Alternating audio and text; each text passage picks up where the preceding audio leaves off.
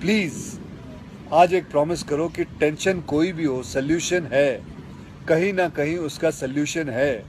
और वो सोल्यूशन आत्महत्या बिल्कुल नहीं है, कभी नहीं है, किसी हालत में नहीं है। देखो, मैं कितना भी ज्ञान दे दूं, सोचना आपको खुद ही है कि आपकी जान आपकी सबसे कीमती चीज है।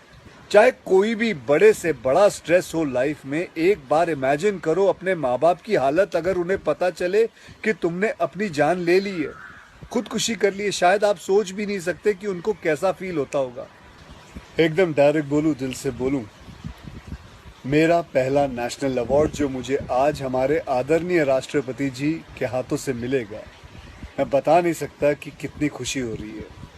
आपको पता है, जिस दिन इस नेशनल अवार्ड की अनाउंसमेंट हुई थी ना, उस दिन मैं अपनी माँ से बात करते हुए अपने बचपन का एक दिन याद कर रहा था, जिस दिन एग्ज़ाम का रिजल्ट आया था और मेरे मार्क्स बिल्कुल अच्छे नहीं थे। आप लोगों से झूठ नहीं कहूँगा, मैं उस कक्षा में फेल हो गया था।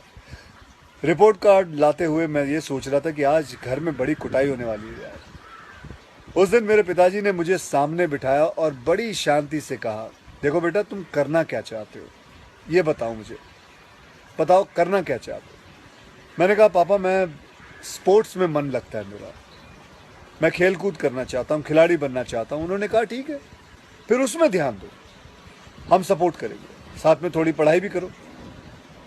आप विश्वास नहीं करोगे, खेलते खेलते मैं मार्शल आर्ट करने लग गया, मैं मॉडलिंग में आ गया, एक्टिंग शुरू कर दी। उन्होंने हर चीज़ में मुझे सपोर्ट किया। अगर उस दिन मेरे पेरेंट्स ने ये ना समझाया होता कि मेरी स्ट्रेंथ किस चीज़ में है, तो आज मैं सोच भी नहीं सकता कि ये नेशनल अवार्ड कभी मेरे हाथ पे होता। ये अपने लाइफ की कहानी मैं आपको एक वजह से सुना रहा हूँ।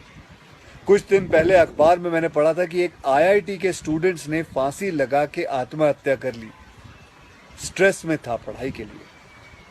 उससे कुछ दिन पहले मुंबई में एक मैनेजमेंट स्टूडेंट ने एक 5 स्टार होटल के रूम से छलांग लगाकर अपनी जान दे दी, एग्जाम में फेल हो गया था। मैं कहीं ये भी पढ़ रहा था कि करीब 8 लाख लोग हर साल वर्ल्ड में अपनी जान खुद ले लेते हैं और उसमें तकरीबन 1.5 लाख लोग सिर्फ हिंदुस्तान से होते हैं। और यंग लोगों में आत्महत्या के सबसे बड़े कारण जो होती है वो होती है पढ़ाई या फिर रिलेशनशिप का स्ट्रेस। क्यों? तुम्हारी जान एक एग्जाम के मार्कशीट से सस्ती हो गई है? नहीं। ऐसा क्या पढ़ाई कर रहे हो? इससे तो देश के लिए सरहद पे जाके जान लगा दो दांव पे। चाहे कोई भी बड़े से बड़ा स्ट्रेस हो लाइफ में, एक बार इमेजिन करो अपने माँ बाप की हालत अगर उन्हें पता चले कि तुमने अपनी जान ले ली है, खुदकुशी कर ली है। शायद आप सोच भी नहीं सकते कि उनको कैसा फील होता होगा। मान लिया कि आपका स्ट्रेस बहुत बड़ा है, पर इतने हल्के में मत लो अपनी लाइफ को यार। आपको पैदा करने वालों को जिंदगी का सबसे बड़ा दुख दे के मत जाओ।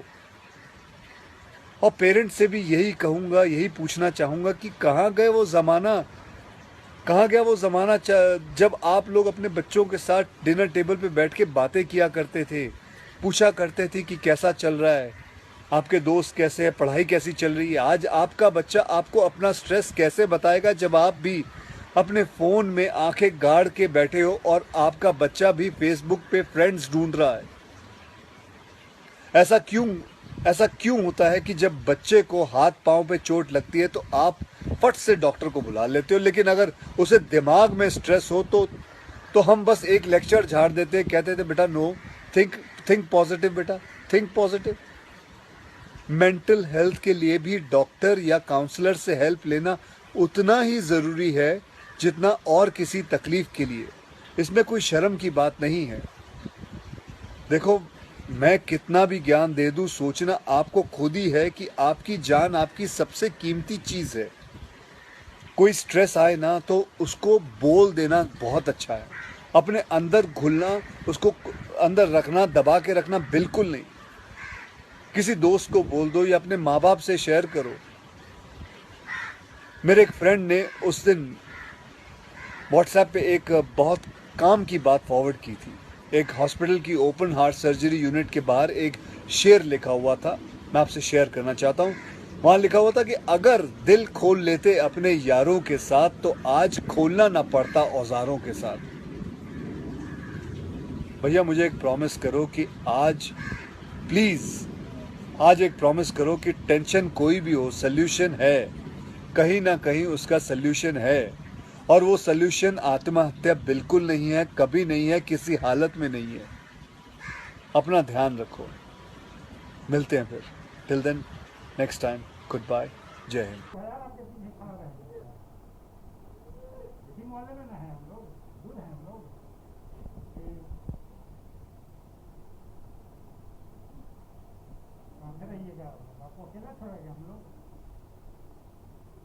अचानक कैसे सब कुछ मैं तो इंक्वायरी की मांग करूंगा कि इसकी जांच सीबीआई से हो किसी भी परिस्थिति में। सुशांत जी को जितना मैं जानता हूं, उस परिवार को, आधा परिवार पूर्णिया, आधा ये लोग चौथम आ गए। एक ऐसा कर्मयोगी थे और एक अच्छे इंसान थे, और जो व्यक्ति नीचे से स्ट्रगल करके बिहार को गौरवान्वित किया था, बिहार अवसान में चला गया। मैं कल्पना नहीं कर सकता हूँ, मेरा बेटा रणजी खेलता है और उन्होंने रो करके फोन किया, ये कैसे हो सकता है? मैं भारत सरकार से मांग करता हूँ कि इसकी पूरी जांच हो। अभी सुसाइड भी है क्या? मैं अभी उस पर कुछ नहीं कह सकता हूँ, लेकिन मुझे कहीं ना कहीं कोई न कोई गहरी साजिश लगती है। सुशांत सुसाइड नहीं कर सकता। उनके पिताजी को 2 दिन पहले उनके मैनेजर की होश भी है, उनके पास होश नहीं है, सब कुछ खो दिया उन्होंने। 4 बहन के बाद एक पुत्र रत्न जो बिहार को देश में सम्मानित किया, वही नहीं रहे। बस इतना ही जानिए कि बिहार के लिए इससे बड़ी क्षति कुछ नहीं हो सकती। लेकिन बापू जी 2 दिन पहले उनके मैनेजर की भी हत्या हो जाती है। मैंने आपको कहा ना कि सीबीआई इंक्वायरी में चाहता हूँ, सीबीआई जांच हर परिस्थिति में। सुशांत की हत्या है, ये आत्महत्या नहीं कर सकता है, इसकी पूरी सीबीआई जांच। ठीक।